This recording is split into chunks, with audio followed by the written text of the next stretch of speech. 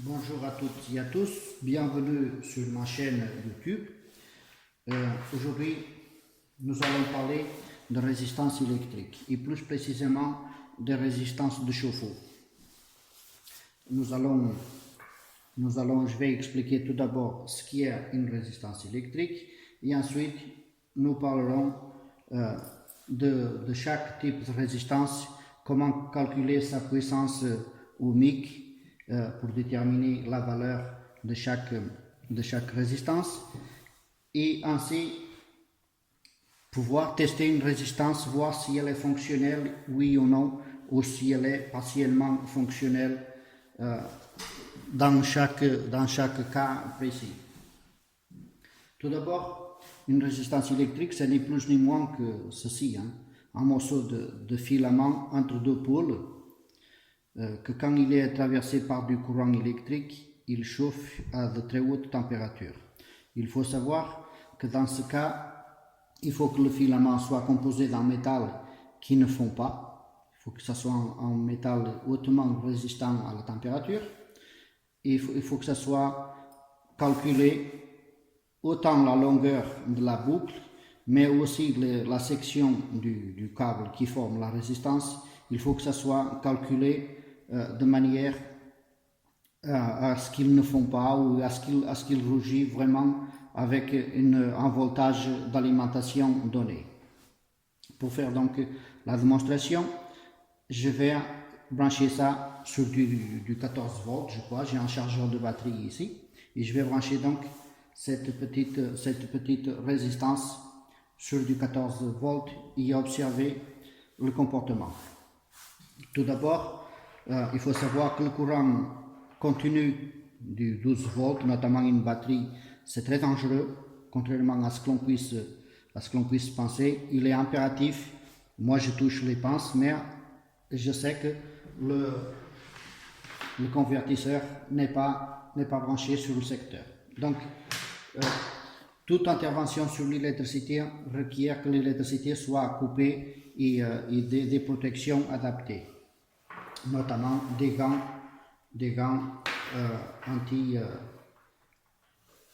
anti-courant électrique.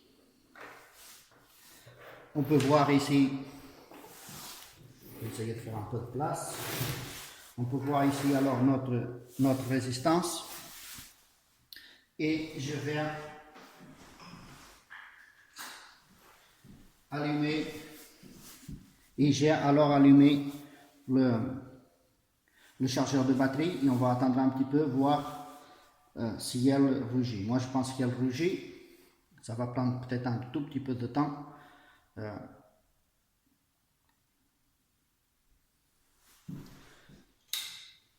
on commence à voir qu'elle devient rouge d'un côté pour prouver bien qu'elle chauffe. Après ça c'est pas vraiment calculé, c'est juste un morceau de câble comme ça. On peut voir, je prends un petit bout de plastique et on peut voir que ils font au contact de la résistance. Donc voici ce que c'est une résistance électrique. Dans le cas d'une résistance du commerce, cette chaleur va être transmise à un autre matériel. Dans ce cas précis, elle est transmise à cette barre, malgré que ça ne soit pas en contact. Donc je vais couper ça avant de faire des bêtises. Donc là nous avons vu ce que c'est une résistance électrique. Et pour en revenir, donc quand ça chauffe, ça transmet la chaleur en général à un matériel en céramique qui devient lui-même chaud et qui transmet la chaleur à un autre matériel. Ici, j'ai des résistances de récupération. Comme on peut voir, celle-là, elle est même endommagée. J'ai des résistances de récupération. Alors, pour l'explication que je vais faire sur chaque type de résistance. Premièrement, nous avons ici une résistance de type blindé. Dans le cas d'un chauffe-eau électrique, cette résistance est plongée dans l'eau. Elle est directement à l'intérieur du chauffe-eau. Pour y accéder, il faut vraiment démonter la brique du chauffe-eau pour démonter la résistance. Donc il faut absolument vider le chauffe-eau.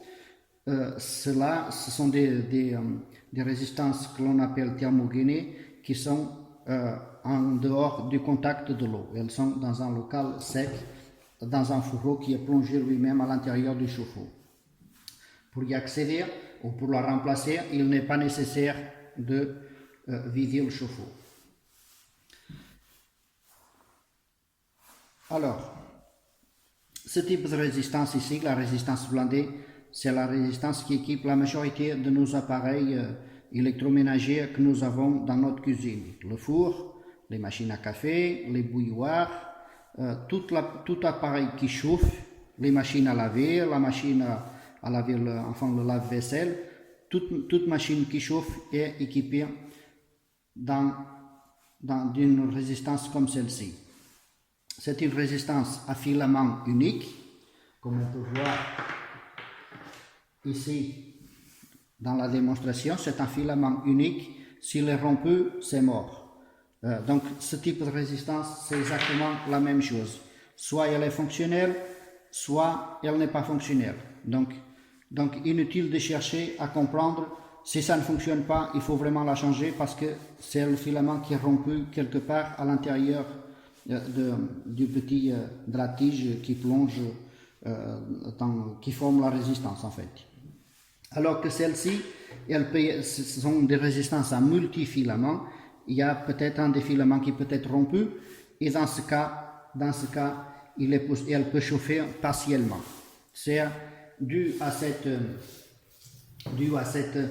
cette technologie que parfois les gens disent « Oh, on n'a pas assez d'eau chaude » ou « notre eau n'est pas assez chaude parce que la résistance est certainement rompue ». Et dans le cas où elle est rompue, elle peut fonctionner partiellement. Pour calculer la puissance d'une résistance, quelle qu'elle soit, il y a un petit calcul simple à faire. En général, on divise la puissance d'alimentation en volts par les ampères et ça nous donne la valeur en ohms. Ohms, c'est la valeur de mesure de toutes les résistances. Moi, j'ai un petit calcul personnel que j'ai trouvé sur Internet. Et si on calcule 230, enfin la tension d'alimentation par la tension d'alimentation, et on divise par la puissance de la résistance, ça nous donne les ohms. J'ai ici déjà un petit papier avec le calcul pour celle-ci. C'est une résistance de 1200 watts. J'ai alors multiplié 230 volts fois 230 volts. Ça nous fait 52 900 divisé par 1200 watts. Ça nous fait 44,08 ohms. Je précise que c'est une résistance de 1200 watts. Tout appareil équipé d'une résistance électrique, il est muni d'une plaque signalétique qui indique la puissance de la résistance. Pour mesurer cette valeur, je prends ici un testeur électrique avec la position ohms, c'est le symbole oméga que l'on voit ici. Celui-là, c'est un appareil qui fait deux fonctions sur cette position. Non seulement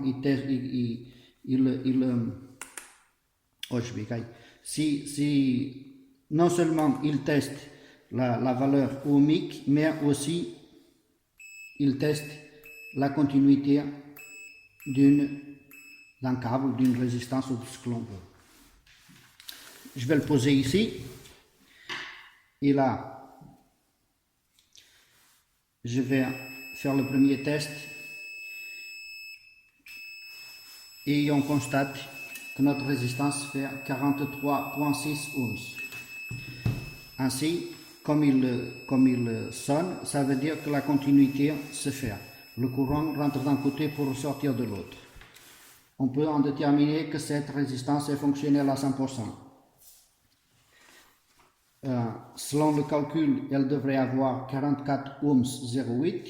Elle fait 43 et quelque chose. Donc il y a toujours une tolérance de 1 ou 2 ohms, plus ou moins, voire même un petit peu plus, parce que le courant électrique, il n'est pas tout à fait stable, il a une tolérance sur le 220, il a une tolérance de 20 volts, et sur le 380, il a aussi une tolérance de peut-être 20 ou 30 volts aussi. Donc on peut en déterminer que celle-ci est fonctionnelle. On passe à la seconde. C'est une résistance, comme je disais, stéatique, qui est divisée en 2 parties, en 2 filaments. Il y a une alimentation qui se fait par là, donc ça fait une boucle par ici, par là, ça revient, ça repart et ça revient pour revenir ici. Donc si on regarde bien, nous avons 1, 2 fils et 2 fils là, ce qui nous fait 4 bouts de fil pour 2 boucles de résistance. Selon le calcul, cette résistance devrait faire 22 ohms et nous avons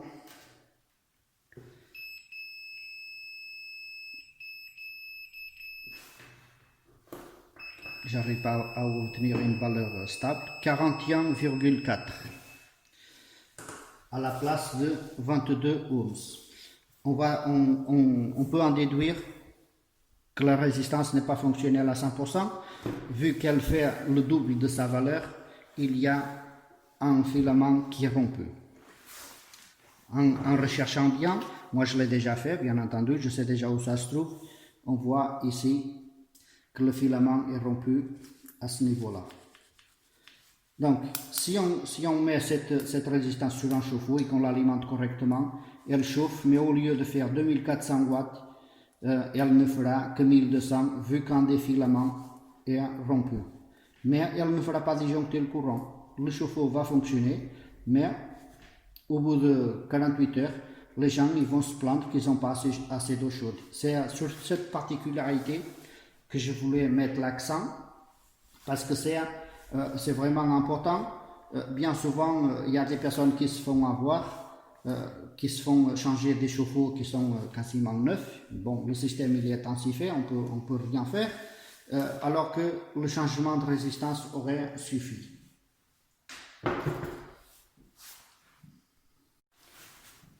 Et enfin, nous avons la dernière résistance, malgré qu'elle est de taille plus ou moins identique à celle-ci. Je ne sais pas si on le voit sur la vidéo, mais elle est légèrement plus épaisse. C'est une résistance de 2800 watts. Et comme on peut voir ici, c'est une résistance déjà qui est divisée en plusieurs parties, en 3 parties exactement. Nous en avons ici une partie, deuxième partie et troisième partie. Contrairement à ce que l'on peut penser, ce n'est pas une résistance tout courant, hein. C'est vraiment une résistance monophasée qui est divisée en plusieurs parties.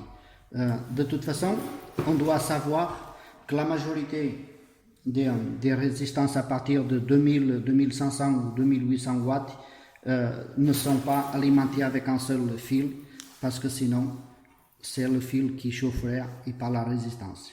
Donc il est tout à fait normal qu'elle soit divisée en plusieurs parties. Dans certains cas, bien, moi je parle ici de résistance de chauffe-eau. Bien entendu, pour d'autres utilisations, il y a vraiment des résistances à filament unique qui sont alimentées avec un câble de très grosse section, notamment sur les appareils à souder ou les appareils en métallurgie, tout ça, qui doivent atteindre des températures extrêmes, qui sont à filament unique. Sur les chauffe-eau, à partir de 2500 watts, d'une manière générale, nous avons des résistances à plusieurs poules. Donc nous allons la tester, cette résistance, et comme toutes les 3 phases, les trois départs sont jumelés avec un petit câble électrique, c'est moi déjà qui a fait ça, parce qu'à l'origine c'était bien alimenté avec 3 fils rouges qui sortaient de la même phase. Donc je vais mesurer la puissance, enfin la valeur ohmique, et nous avons 19 ohms de résistance. Si je prends son calcul, ici, je prends 230 fois 230 égale à 52 900. Si je divisé par 2800, nous avons 18 ohms et 89. Donc, on en déduit que la résistance, il y a une différence vraiment minime. On peut en déduire que la résistance est fonctionnelle. Dans le cas où cette résistance ne serait pas fonctionnelle, on n'aurait pas obtenu les 19 ohms, on peut aussi tester chaque ligne séparément. On enlève ça. Et là, on obtient 3 lignes séparées et distinctes. 1, 2, 3. On mesure chacune séparément. Et là, nous avons 58 ohms. Sur la seconde, nous avons 56,3 et sur la troisième, nous avons 56,7. Si je prends le calcul, alors j'avais simplifié. Ça, c'est pour le triphasé. On va y revenir ensuite. Alors, je reprends mon petit papier. Et si on multiplie 18,89 par 3, on obtient 56,57 ohms. C'est la valeur qui devrait faire chaque boucle. Après, comme c'est jamais très précis, ça varie légèrement. On peut en déduire que cette résistance est complètement fonctionnelle. Alors que celle-là, c'est pas du tout le même cas. Comme je vous ai déjà montré, il y a un défilement qui est rompu ici. Et c'est pour cette raison que nous constatons 41 ohms 0,5 ou 42, 41,05 à la place de 22,04. On va mesurer à nouveau. Et nous avons 41 ohms et demi, soit la moitié de ce qu'elle devrait faire. Je précise d'un autre côté que plus la valeur ohmique est élevée et moins puissante est la résistance. Pour les résistances en 400 volts ou celles qui peuvent fonctionner sur 400 volts ou 230 volts, ce sont des résistances, celles qui peuvent fonctionner avec les deux. On appelle ça une résistance tout courant. Elles sont munies de pastilles métalliques ici qui permettent de relier les phases de manière à changer selon le mode d'alimentation que l'on va utiliser. On change les pastilles pour qu'elles deviennent triphasées ou monophasées. Ce n'est pas le cas de celle-ci. Celle-ci, c'est bien une résistance monophasée. Pour les 400 volts ou pour les résistances tout courant, on ne calcule plus en 230, on le calcule en 400 volts. Donc, on multiplie 400 par 400. Dans le cas de celle-ci, on multiplie 400 par 400, ce qui nous fait 160 000, là il manque un zéro. On divise par 2800, c'est la puissance de la résistance, ce qui nous ferait 57 ohms à la place de 19. Comme je disais, c'est exactement le même principe de calcul, sauf que l'on ne multiplie pas les 230, on prend en compte les 400. Donc, voilà, comme on peut voir, c'est vraiment facile de savoir si une résistance est complètement fonctionnelle ou pas, quel que soit l'appareil où elle est installée. Il existe aussi une autre méthode de calcul, que c'est de diviser l'intensité, diviser la tension d'alimentation de la résistance par son intensité, mais comme on ne connaît pas toujours l'intensité, je trouve que ma méthode de calcul est plus simple. Bien entendu, je ne suis pas l'inventeur de cette méthode, je l'ai aussi trouvée sur internet et je pense que c'est vraiment pratique parce que c'est facile à retenir tension d'alimentation fois tension d'alimentation et le résultat obtenu divisé par la puissance de la résistance pour obtenir la valeur ohmique d'une résistance électrique. Voilà, j'espère que cette vidéo vous aura appris quelque chose et que désormais on n'a plus de raison de changer un chauffe-eau si c'est seulement la résistance qui est endommagée. Même si je suis conscient que le système actuel favorise plutôt le remplacement que la réparation, mais faisons un geste aussi pour le monde de demain, pour le monde de nos enfants, en rentrant pas dans le jeu du système actuel. Donc, j'espère vraiment que cette vidéo vous aura servi ou qu'elle pourra vous servir.